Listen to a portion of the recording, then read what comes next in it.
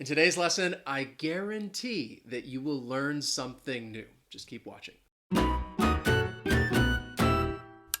Hey everyone, my name is Wes. This is Interactive English, and the channel Interactive English, it's all about trying to help you practice and improve your English skills. And today, I want to help you build your vocabulary because I want to teach you some different eponymous adjectives. And it's a little more advanced vocabulary. And before we begin, I want to say that I love lessons such as this one.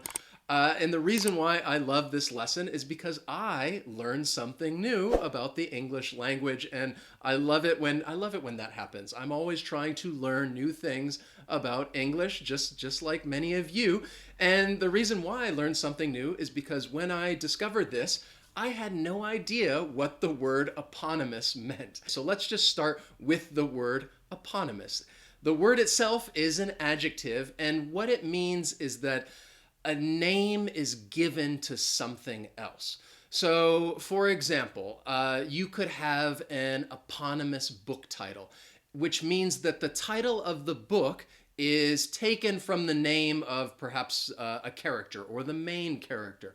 Harry Potter is a great example of that. That is an eponymous book title because the title comes from the main character, who is Harry Potter. You could also have an eponymous city name. Washington, D.C. That is the capital of the United States, which is where I am from. And the name of the city comes from the George Washington, who was the first president of the United States. So all of these adjectives come from the name of either a real person or it could be a fictional character. But they all come from the name of a person, and you can use them to describe different situations. And we'll get into this as we go through the lesson because some of these words can be used as collocations and they're frequently used with other words, which I will tell you, or they may be commonly used as a phrase, as a very common phrase in English, which again is going to help you build your vocabulary. Now, there are many adjectives like this. You can take the name of, well, perhaps just about anyone, turn it into an adjective and use it to describe something. So like William Shakespeare, okay? William Shakespeare, very famous writer. You can turn Shakespeare into an adjective and say that something is Shakespearean. You want to describe another person's writing and say that it's amazing, it's incredible, and you could say, wow, your writing is Shakespearean. I, myself, have done some writing. I've written a couple different travel memoirs, and I would go ahead and tell you that they are not Shakespearean, or at least they're probably not. I will go ahead and link them down in the description below in case you want to check those out. But that is an example of an eponymous adjective. So let's start with the first one that I want to teach you. Now, this is a pretty common word. It is still an advanced vocabulary word, but it's pretty common, and I did not even know that this was an eponymous adjective, that this word came from the name of a person. And the word is chauvinistic. So chauvinistic actually has two different meanings. It has an older meaning, which is more the original one, and then the meaning as to how it's more commonly used today. So the original meaning of this word is that somebody is showing an unreasonable love for their country or race, and they think it's just so much better than everything else.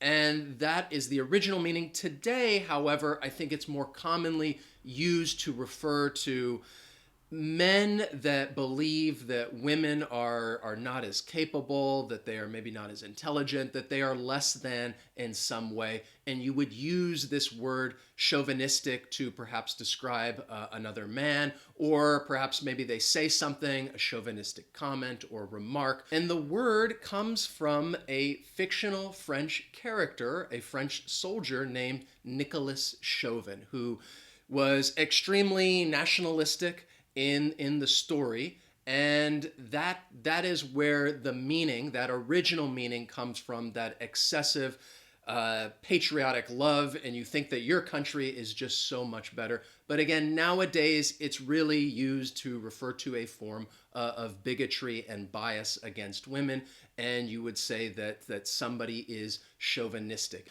This word is not going to be capitalized, and it has different parts of speech, because as an adjective, you could say that someone is chauvinistic. Oh, Jesse, you look great. What I look like is not as important as what I am, Bubba.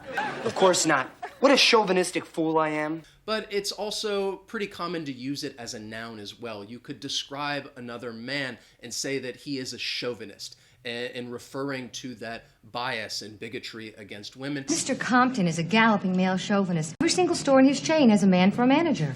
Or it could be another noun, chauvinism, and you may hear it used as a collocation, male chauvinism. The meaning is still the same, referring to that bigotry and bias against women. So chauvinistic, I learned when putting this lesson together, actually comes from that fictional French character, Nicolas Chauvin. But again, this is a common adjective, and you do not need to capitalize it if you are writing, which is unlike the other adjectives that I'm going to teach you in this lesson, like the next one, which is Darwinian. So you could describe something as being Darwinian, which comes from the theories of Charles Darwin, who really looked into how plants and animals evolve over millions of years, and basically saying that the ones that are best suited for that environment are the ones that are going to succeed and survive, and the plants and animals that are not really well suited for an environment, they are no longer going to exist. So that's kind of the ideas behind Charles Darwin, and we can use it as an adjective and perhaps describe something as Darwinian. Another phrase that you could use to kind of talk about this situation is survival of the fittest. That's another pretty common phrase that you could say, which describes this situation, a lot of competition, survival of the fittest. And in this case, we're talking about using Darwinian as an adjective. And again, this is more, it would be a proper adjective. You are going to capitalize this word.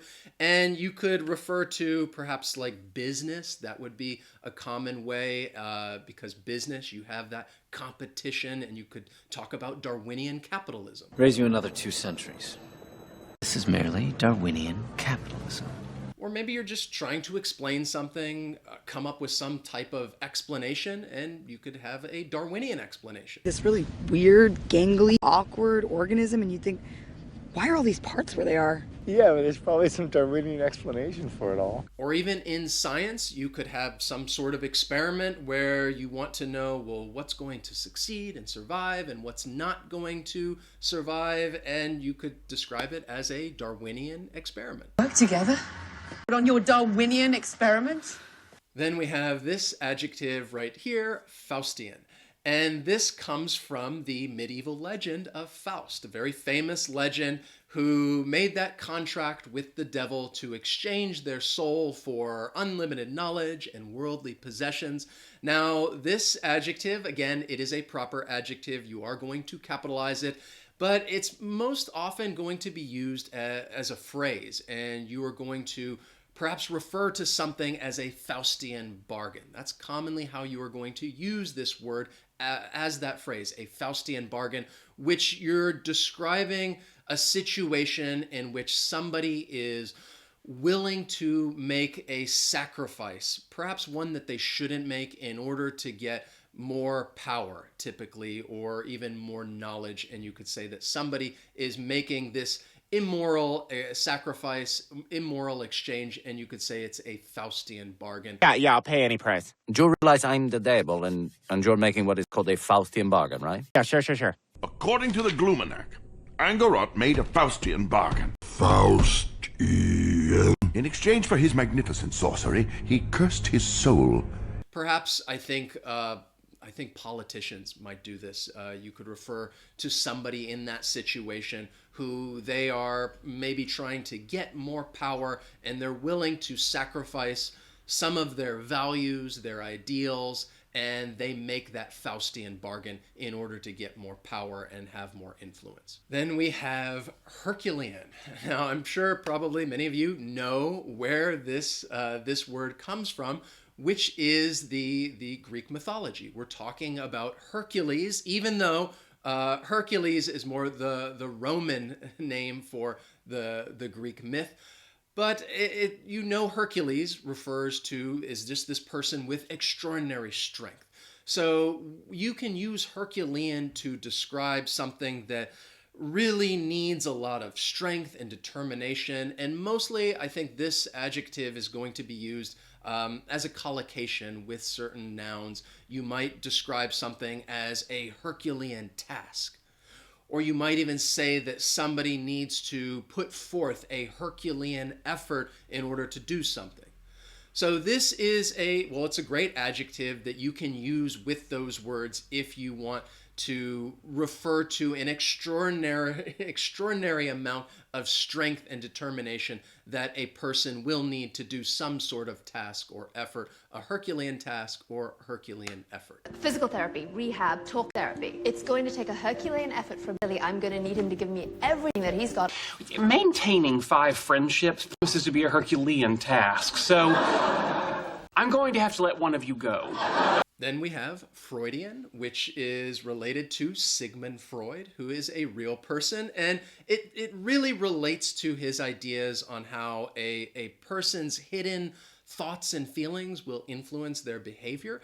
And you could use this to, really just refer directly to Sigmund Freud, and you could say that some method or approach is Freudian. Why don't we just talk? The talking, classical Freudian, good choice. But I think even more common than that, this adjective is used with a certain phrase, which is Freudian slip. And you would say that someone makes a Freudian slip in which they unintentionally reveal their hidden thoughts and feelings when they say or do something. And you would say that somebody makes a Freudian slip. Oh, hey, Captain. Did you get my report on the Finley murder? Yeah, I looked it over. Nice work. Good. Thanks, Dad. Why is everyone staring at me? You just called Captain Holt Dad. No, I didn't. I said thanks, man. Do you see me as a father figure, Peralta? So this is a great example when you call someone a name by accident, and it's kind of like you're revealing your hidden feelings. I think it happens to all of us from time to time, and we unintentionally reveal our thoughts and feelings, and we make a Freudian slip. So I made you a promise at the beginning of the lesson. I told you that I guaranteed that you would learn something new, and if you did, I want you to let me know by hitting that like button down below. And if you didn't learn anything new, then you're free to hit the dislike button and let me know that way. But I really hope that you learn some new words and phrases, and I hope that this vocabulary will also be easier to remember because you can associate these words with those people. They're very famous, well-known people, and I hope it makes it a little easier the next time you hear some of these collocations or you hear these phrases that have these eponymous adjectives. Thank you guys so much for watching. Hope you enjoyed the lesson, and I will see you next time.